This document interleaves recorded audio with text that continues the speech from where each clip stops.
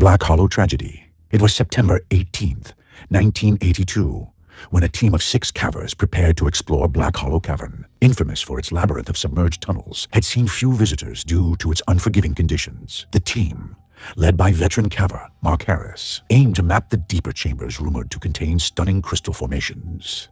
The day started smoothly. Equipped with ropes, wetsuits, and oxygen tanks, the group descended into the narrow, waterlogged passages. Progress was slow, but steady as they pushed deeper into the cavern, their headlamps cutting through the darkness. After 5 hours, they reached the Siphon, a notorious passage submerged under 3 feet of water. They pressed on, unaware of the storm brewing above. On the surface, dark clouds rolled in unexpectedly, and heavy rain began to fall. A nearby river swelled rapidly, and water poured into the cave's entrance. The surface team noticed the flooding and tried to warn the group via radio, but the signal failed deep inside the cave. Inside, the cavers first noticed a slight rise in water, but dismissed it as normal seepage. When the water began surging, panic set in. They tried to retreat, but quickly realized the only route back was already submerged. Mark led the group to a small air pocket in an upper chamber, where they hoped to wait out the flood. Rescue efforts mobilized as water poured into Black Hollow. Volunteers worked through the night, attempting to pump water out and establish contact. Divers were sent in, but the conditions were treacherous. The labyrinth of passages and powerful currents made it impossible to reach the trapped team.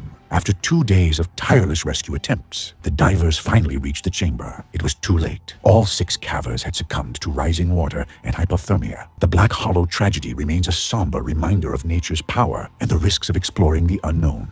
The descent into Devil's Hollow. It's August 14th, 1991, and 3 friends, Tom, Alex, and Nate, are standing at the edge of Devil's Hollow, a flooded sinkhole in Alabama known for its hidden underwater cave system. Locals whisper of its dangers, especially the final chamber, nicknamed the Pit, where several divers have perished. None of the friends are experienced cave divers, but curiosity and youthful bravado outweigh caution. The cave system features 4 chambers, with the final one requiring a narrow squeeze to enter. The Pit is infamous for its silt-covered floor and a deceptive chimney-like tunnel that leads to a dead end. 2 divers had drowned here a decade earlier, their bodies recovered by seasoned cave diver and local legend Mike Harrington.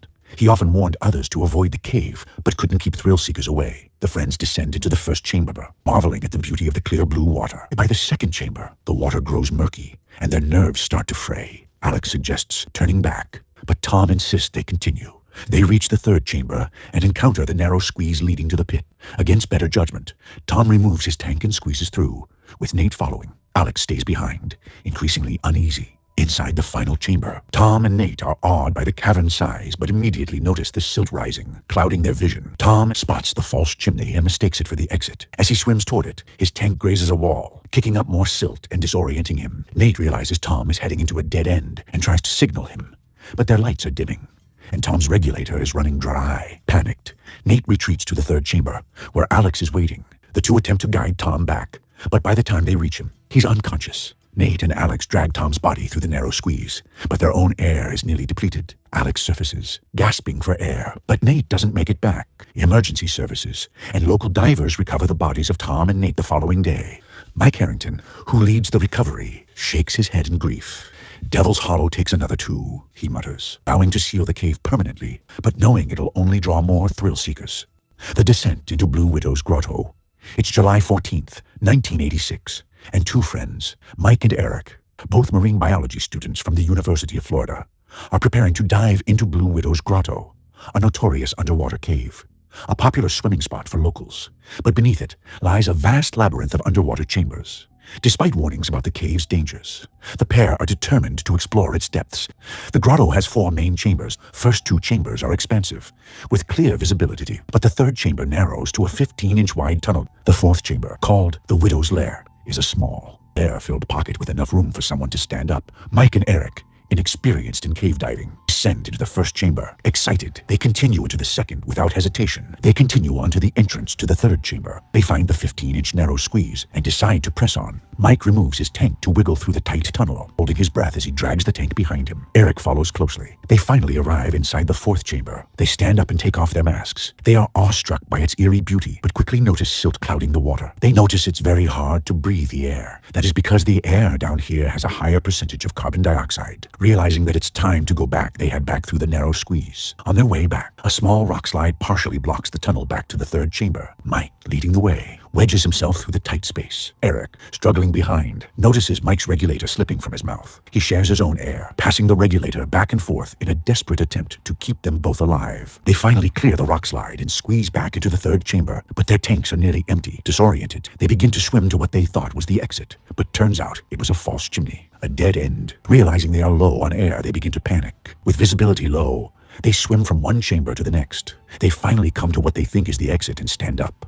They are mortified to realize they are back at the fourth chamber, with their air in the tanks completely gone and the oxygen running low inside the fourth chamber. They take one final breath to begin another attempt at the 300-foot swim it will take them to get out. After several days of the two men missing, the authorities were called. Captain Harrell came to assist in the recovery and was heartbroken to find more lives claimed by the grotto. Jacob's tomb.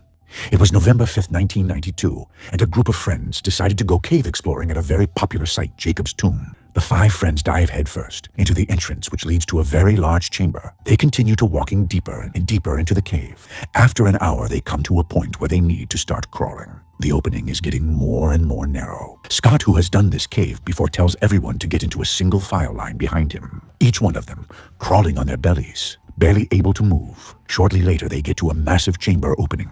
All the friends sit and take a break in the opening. This is as far as Scott has ever been. Wanting to go further, he sees another narrow chamber that leads downwards. Christy and Jason decide they don't want to go and stay back. The other 3 friends begin to grow through this narrow opening. The difference between this narrow chamber and the others is this one has a tiny bit of flowing water, so as they belly crawl through their clothes and gear is getting soaked. This chamber was also at a 30-degree angle pointing downwards. Suddenly, Scott, who is in the front, gets stuck. He calls out for help from the other 2 behind him. Eddie, who is right behind him, grabs his foot and tries to pull him back, but due to how narrow the pathway is, he cannot get enough leverage to move him. Eddie and Mark, who are behind him, try to go back to get help. They realize they cannot turn around and can't back out. The water had made the rocks easier for them to slide down, but going back was a problem. They called for help. Christy and Jason, who stayed behind, heard them and decided to go back out the way they came in to get help. 6 hours later, the rescue team showed up, but by then it was too late. All 3 friends had died by hypothermia due to the fact that they were wet,